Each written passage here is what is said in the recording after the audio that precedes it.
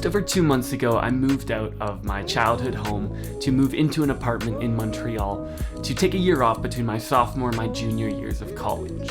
And I'm home now again for Canadian Thanksgiving, and I figured it's a good time to kind of reflect on some of the lessons that I've learned over these 2 months, which were really the first months in my life where I was actually living alone. That is, not with my family and not with any roommates.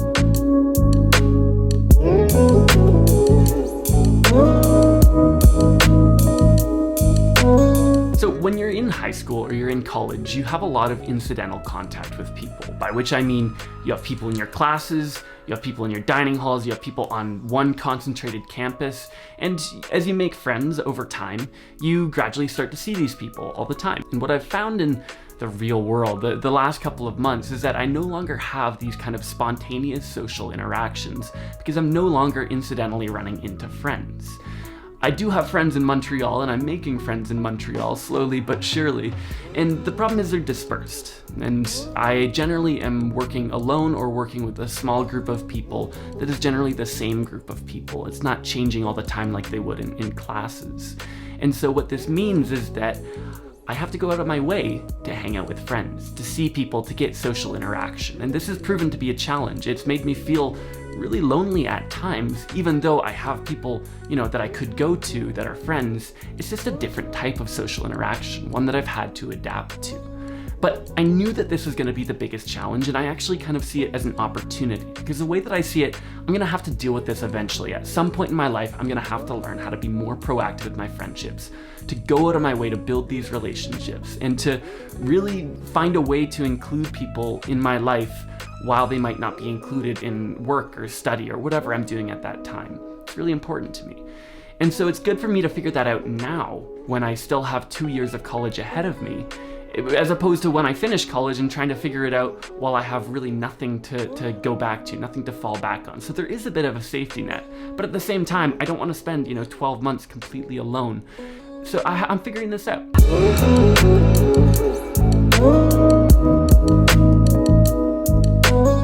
One thing that I learned relatively early on about motivating myself is that it helps a lot to tell people when I'm trying to make a change. So, for example, when I was trying to read more, I told my roommate that I was going to try to read more. And, Luke, freshman year Luke, he would not necessarily hold me accountable. Oh, why aren't you reading? Why are you doing this? But I knew that he would notice when I was reading, and I'd tell him that I was reading, and it helped to have someone that would hold me accountable through their presence. But when you're living on your own, you don't have people who you can tell these things. You don't have people who will hold you accountable through their presence. And so it becomes a bit of a challenge to find motivation in this way. And I talked about this a bit in my previous video. It's something that I've really been working on internally, is creating this kind of system of intrinsic motivation. How do I keep myself accountable for making changes which will help myself, right? It's something which is really good for me, really beneficial to my well-being, my psyche, to not kind of depend on other people to be there. I think it's good to be a self-dependent person. But it's also proven to be a difficult thing to figure out. It's not something that you can necessarily figure out overnight. One of the great things about being on a college campus is that everything is so geographically concentrated. If you want to go to the library, it's 2 minutes away. The dining hall, 3 minutes away. Your next class, 4 minutes away. Everything is right there. What this means when you're kind of planning your day, when you're scheduling things, is that you generally don't really have to account for transportation, right? You need like a 5-minute block, maybe 10 minutes, 15 minutes. Whereas if you're in a city, you're trying to get from, one part of the city, one area to another. Especially in Montreal, where you got like crazy traffic. If you're taking a bus, it could be like 30 minutes, 40 minutes, 45 minutes. It takes a significant period of time to get from one area to another. And so when I started, planning days here and trying to figure out my life, it wasn't something that I necessarily accounted for. And so I just kind of fall behind it. And I was trying to figure out where I was losing all this time. And the answer was transportation. And so it's something that I've had to learn to more carefully plan when I'm going to be going places, when I'm not. Because when you're trying to do work, you don't want to be spending, 45 minutes on a bus and then 45 minutes coming back when you could have just done it all in one spot. That being said, you also can't just stay in your apartment all day, every day, because then you go stir crazy. So there's a balancing act for sure. In many ways, it's just as simple as learning how long it takes to get places, because that's something that I've never really figured out in a big city. How long does it take to go 3 miles? I don't know. But I'm figuring that out, and that's part of the process. So it's a little bit slower pace than being on a campus, but that might be a good thing in the end.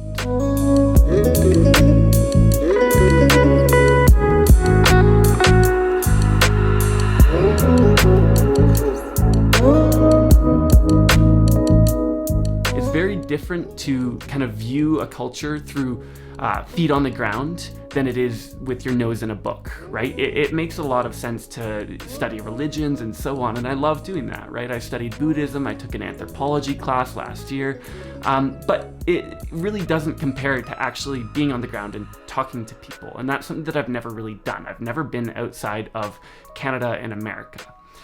And that's something that I think maybe would be really good for me to do. Before I, go out there and assert that my ideas are the right ideas, it's probably good for me to talk to people who have different ideas from, their unique backgrounds, to learn about their culture, what makes them think the way that they do, and then to try and, bring that somehow into my life. I think that it's generally a good thing for a young person to do, and it's something that I want to do more of. And so this challenge of understanding that there is a completely different culture right under my nose that I can't fully participate in has got me thinking about all of the cultures in the world that I know very little about, and it's got me excited to learn more about.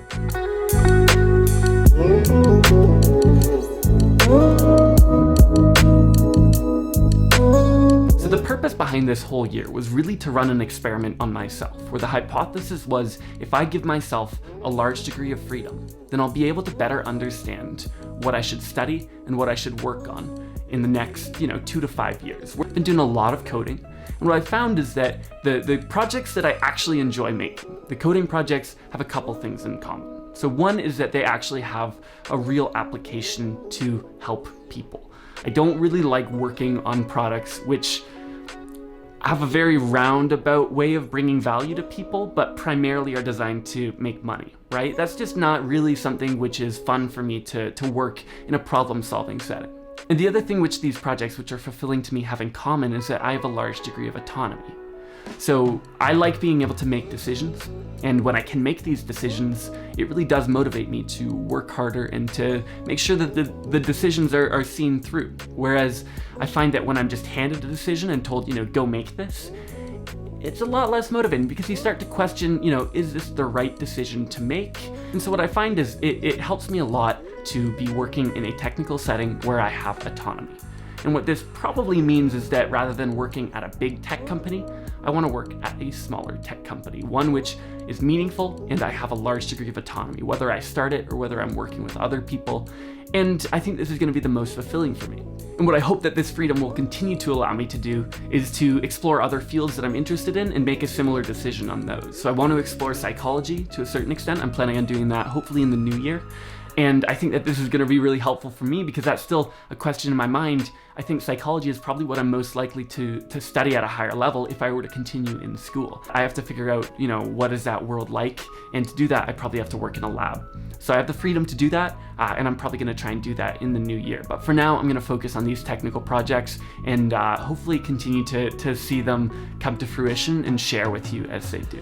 And the final thing that this freedom has brought me, it's really brought me back to when I was a kid, right? I used to spend hours and hours just exploring things, playing with magnets, playing with, old chemistry sets and electronics equipment. I remember I made an electromagnet out of a nail and a wire wrapped around it, and it heated up and I freaked out.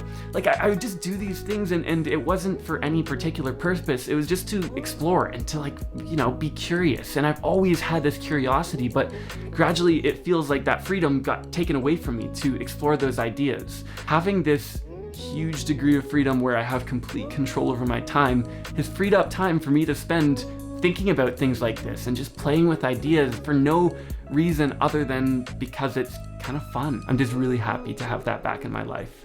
And it makes me really think that I need to continue to try and find that in my life when I go back to school and go into the rest of my life, because it's not something that I want to lose again. And now I'd like to thank Audible for sponsoring this video. Now, I have been working with Audible for a very long time, and I've been using Audible personally for an even longer time. Audible is an amazing product with a vast library of audiobooks and other audio content, which has enriched my life. Whether I'm walking down the street, on the bus, or doing chores around my apartment, Audible is the #1 place where I go for audio entertainment. And the book that I'd like to recommend to you this month is a book by Margaret Atwood.